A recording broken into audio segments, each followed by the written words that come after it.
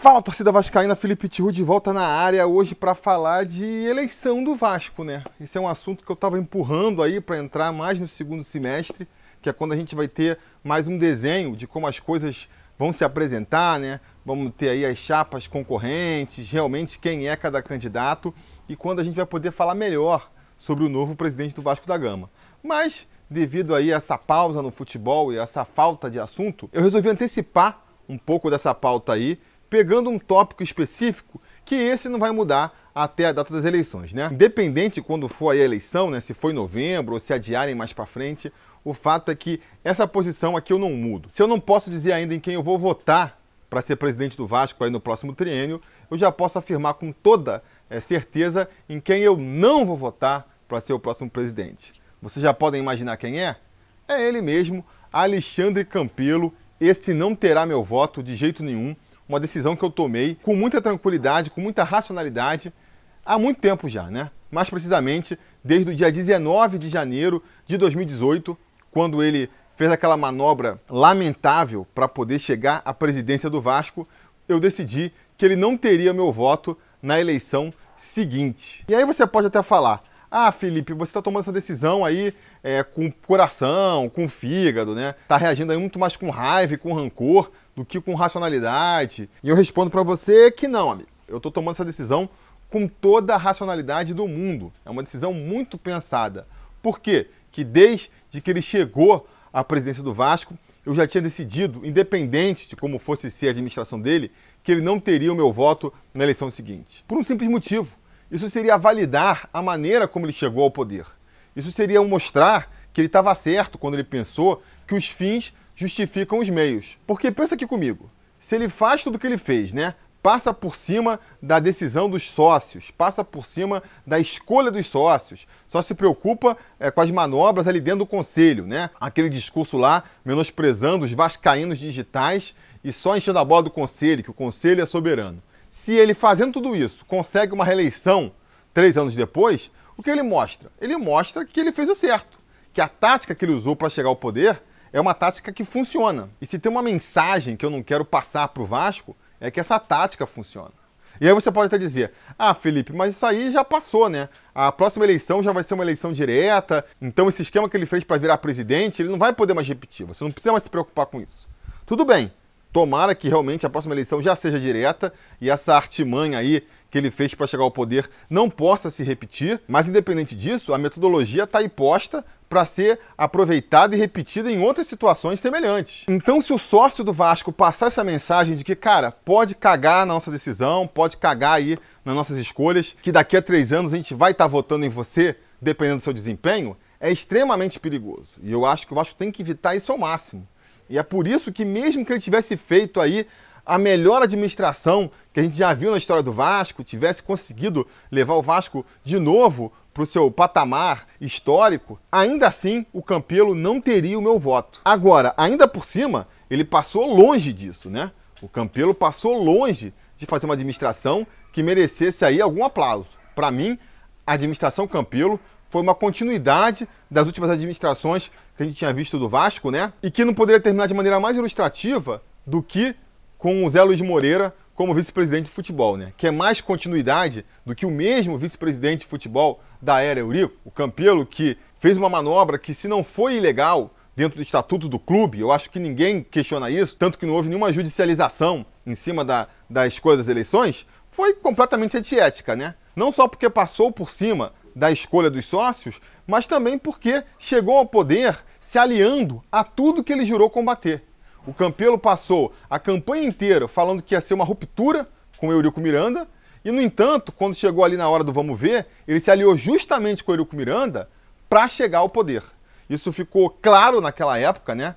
Por mais que ele quisesse evitar e falou que não, pô, ele foi eleito e teve que passar pelo constrangimento de ouvir o nome do Eurico ser gritado e não o dele. Quer prova mais cabal do que essa? Se você quer, ele acabou de dar agora, no seu último ano, chamando novamente o Zé do Táxi, o André do Posto e um monte aí de ex-vice-presidentes históricos do Eurico para comporem as suas vice-presidências. Então, assim, foi uma administração de continuidade, né? Repetindo ali os mesmos erros de administrações anteriores. E isso a gente pode ver pelos resultados que ele trouxe aí, que o clube trouxe, nesses 2 anos e meio, com o Alexandre Campelo à frente da sua administração. Eu dei até um tempo pro Alexandre Campelo ali se situar no clube, né? Se vocês voltarem nos vídeos aí, vocês vão ver que em 2018 eu evitei criticar a administração Campelo, por entender que estava pegando o clube numa situação muito complicada, uma situação de terra arrasada mesmo, por mais que, repito, foi uma terra arrasada pelo cara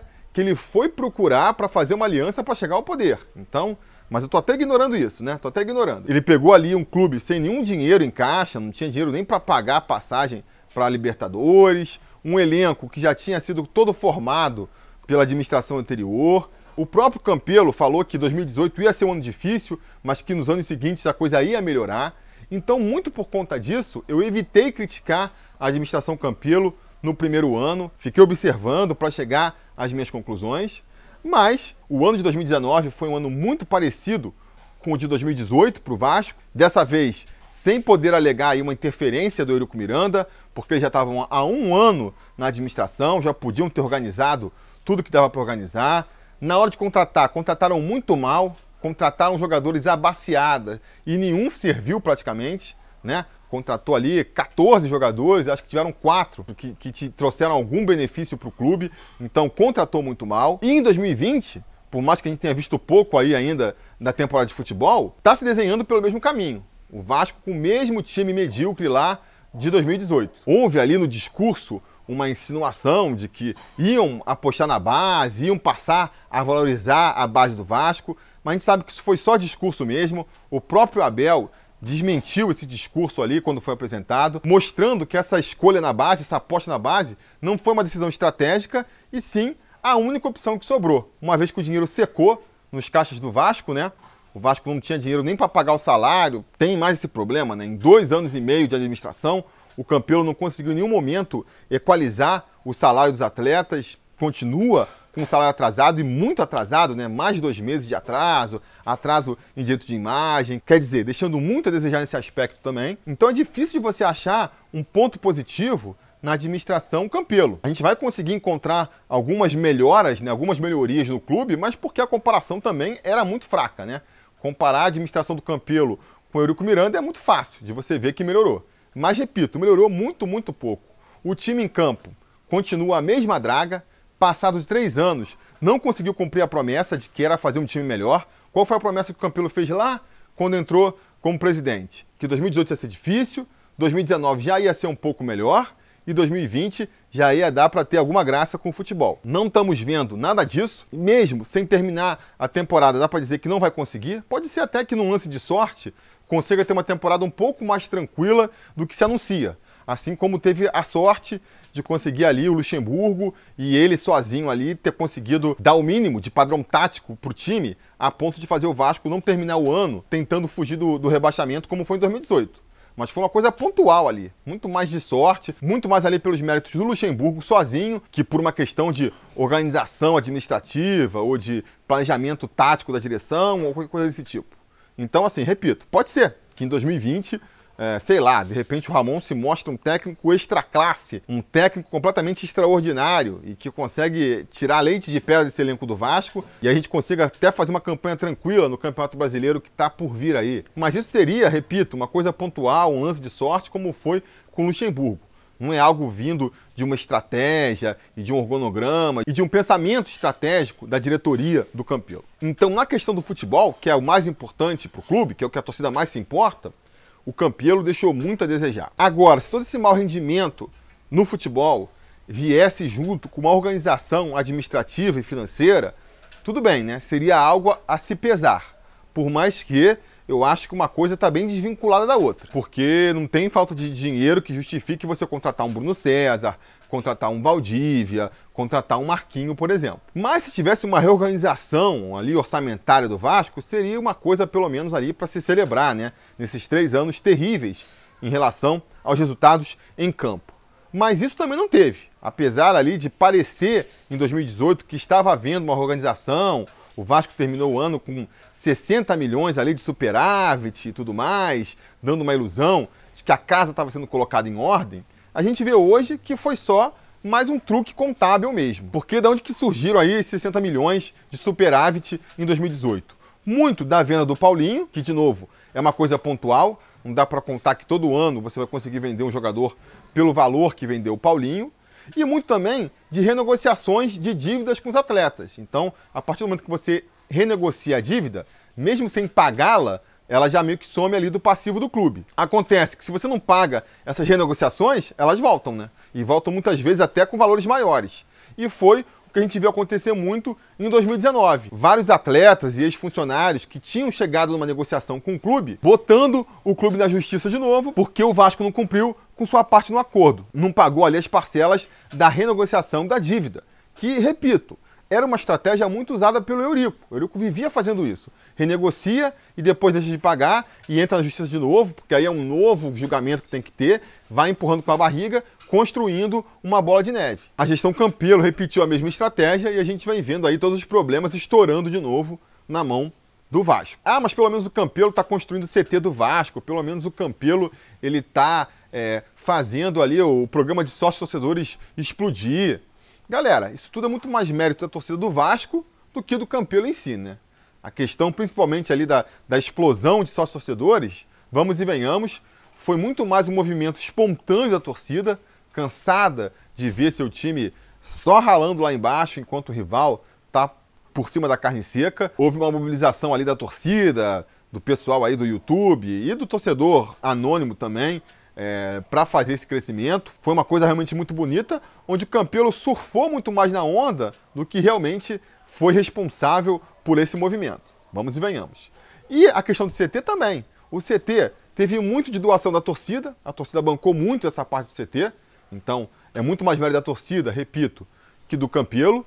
A questão de conseguir o terreno também é algo que todos os clubes conseguiram, então o Vasco está só se equiparando aos outros grandes clubes do Rio, que todos tiveram facilidade da prefeitura para conseguir um terreno para a construção de um CT, e fez o mínimo ali, tá bom, não vou tirar aqui os méritos do Campelo, de organizar, de fazer a campanha, mas vamos e venhamos, né? Não fez nada de extraordinário nisso aí, não. Teve ali algum mérito, se eu for falar aqui o que eu achei mais importante aí, o maior benefício que a gente sai desses 3 anos de Campelo, acho que foi na base. A escolha ali do Carlos Brasil para organizar as divisões de base do Vasco, eu acho que ele vem fazendo um bom trabalho, a gente conseguiu aí quase ser campeão no passado da Copinha, fez uma boa campanha esse ano também, acabou caindo ali nas quartas por uma fatalidade, mas a gente tem visto aí bons jogadores surgindo da base. A base do Vasco que sempre foi forte, é verdade, mas ainda assim parece um pouquinho melhor organizada agora, então esse é um grande mérito do Campelo. Repito, muito pouco, né? Se a gente for botar na balança ali tudo que ele precisava fazer, tudo que ele fez, eu acho que o saldo ainda é extremamente negativo para o Campelo. Então, por tudo isso aí, pela maneira como o Campelo chegou ao poder, que eu acho que a gente não deve incentivar e corroborar, né, com uma reeleição seria mostrar para todos os agentes políticos do Vasco que esse caminho é um caminho válido, que a torcida do Vasco aceita como legítima, e eu acho que não é. E pela administração dele, que repetiu muito mais os erros do passado do que trouxe realmente uma gestão moderna para o Vasco, eu já tenho uma certeza aí para essa próxima eleição do Vasco, que deve acontecer em novembro, se Deus quiser, que é que o Campelo não terá meu voto. Pode botar quem quiser de adversário aí, que o Campelo não terá meu voto. Quem vai ter meu voto? Aí já é mais difícil de responder nessa altura do campeonato, né? Repito, a gente vai ter que ver aí quem vão ser as chapas que vão se candidatar, quais são as possibilidades, mas eu acredito que a gente vai ter muitas outras opções melhores do que o Campelo. Por conta disso, então, acho que não dá para dar um nome específico ainda, mas dá para falar já o que eu gostaria de ver num próximo candidato. Isso dá para falar, né? O que eu gostaria de ver um futuro presidente do Vasco prometendo e falando que vai fazer. Então, fica aqui já o compromisso aí de eu voltar aqui no futuro para fazer um vídeo falando o que eu gostaria de ver numa candidatura para presidente do Vasco. Vou fazer esse vídeo aí para que vocês assistam, para que vocês não percam esse vídeo.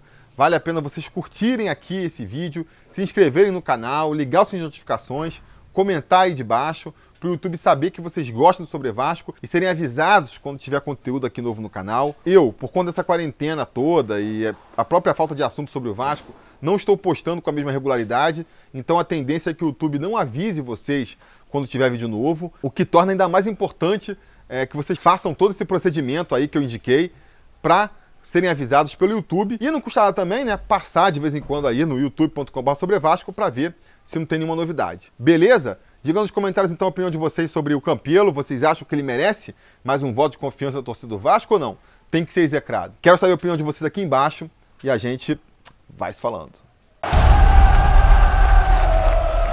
A realização desse vídeo só foi possível graças ao apoio inestimável dos conselheiros do Sobre Vasco.